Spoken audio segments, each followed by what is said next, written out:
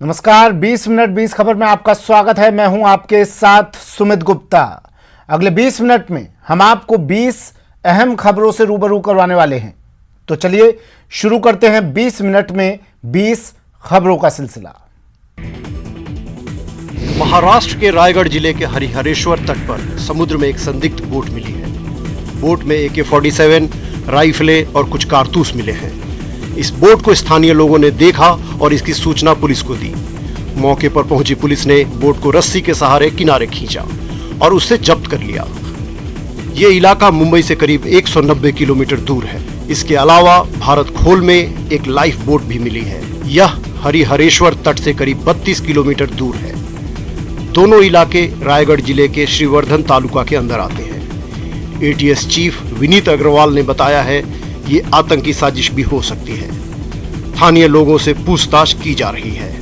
इसके साथ ही पूरे रायगढ़ में हाई अलर्ट जारी कर दिया गया है। वहीं समुद्र किनारे के सभी इलाकों की नाकेबंदी कर दी गई है। करीब 13 साल पहले यानी 26 नवंबर 2008 को मुंबई में आतंकी हमला हुआ था।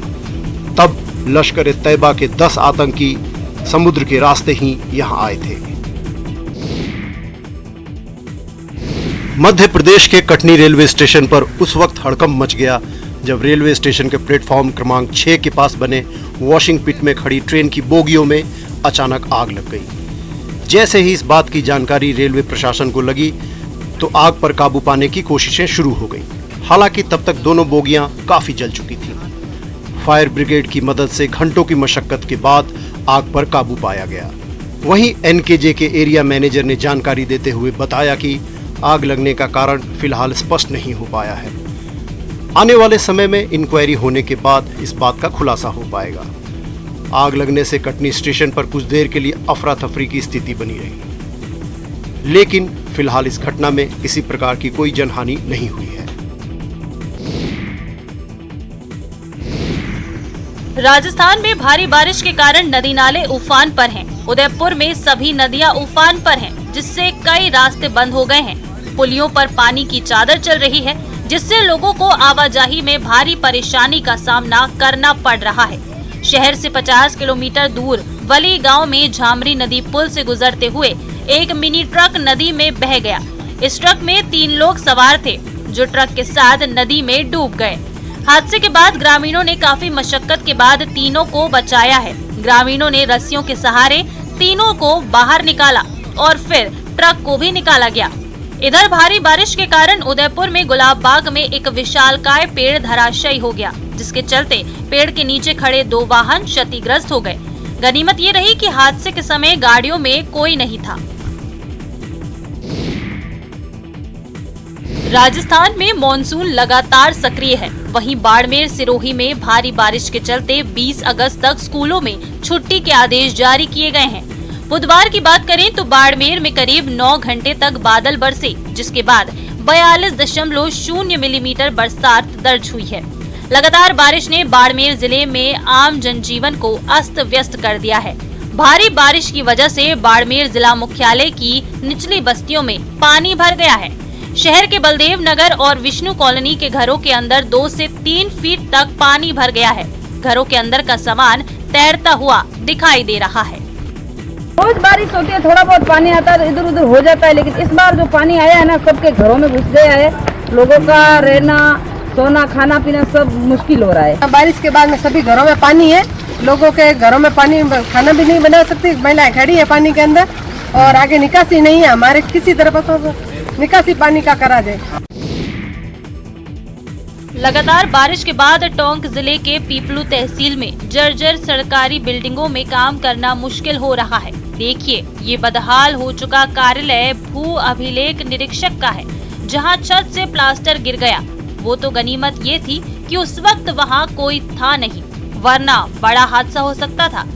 इस ऑफिस के पंजीयन कक्ष, TRA, LR शाखा, कोर्ट रूम, यहाँ वहाँ जहाँ तहाँ मत पूछो, कहाँ हर जगह छतों से इतना पानी टपक रहा है कि वहाँ बैठकर काम नहीं किया जा सकता।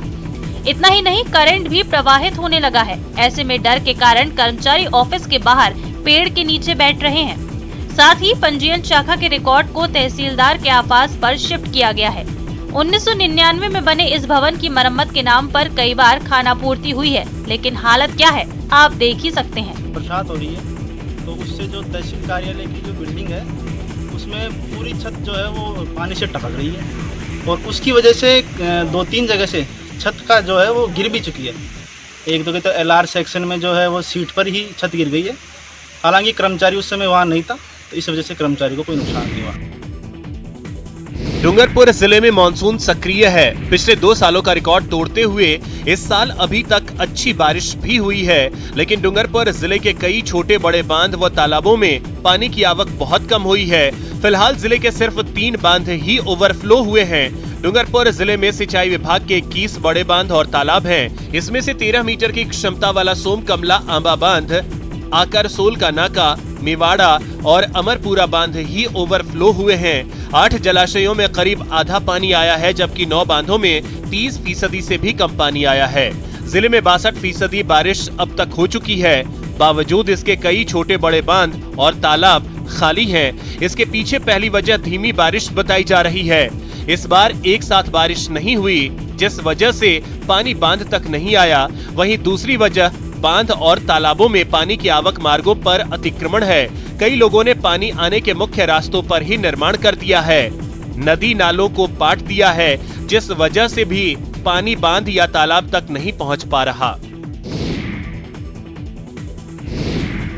राजसमंद जिले के नाथद्वारा में एक शिक्षक को हटाने की मांग को लेकर लोगों ने स्कूल का घेराव किया।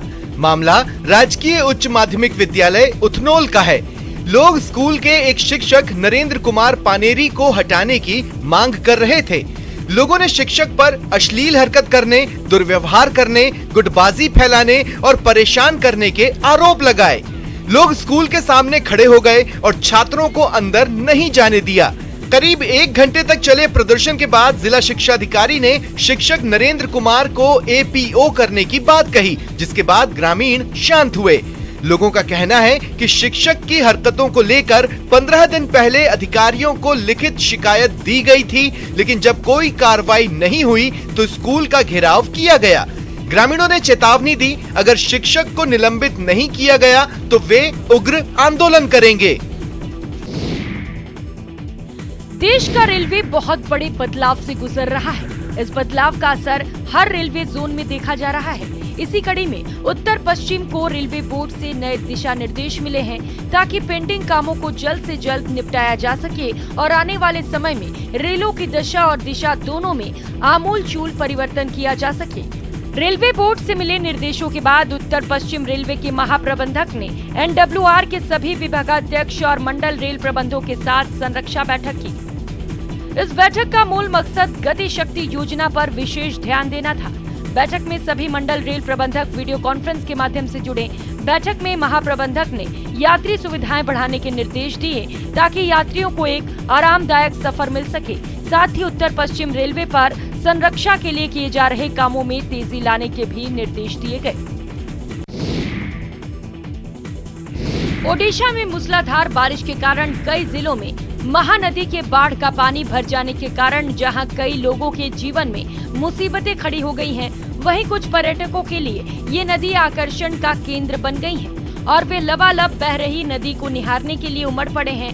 कटक जिले में पिछले 2 दिनों में सैकड़ों लोग मुंडाली, नारज और जोबरा बैराज पर उफान पर बह रही नदी को देखने के लिए जमा हो रहे हैं। इन लोगों में बच्चे, स्कूली छात्र, प्रेमी जोड़े और महिलाएं भी शामिल हैं। वे नदी की तस्वीरें खींच रहे हैं और वीडियो बना रहे हैं और कुछ लोग नदी के किनारे खड़े होकर सेल्फी भी ले रहे हैं।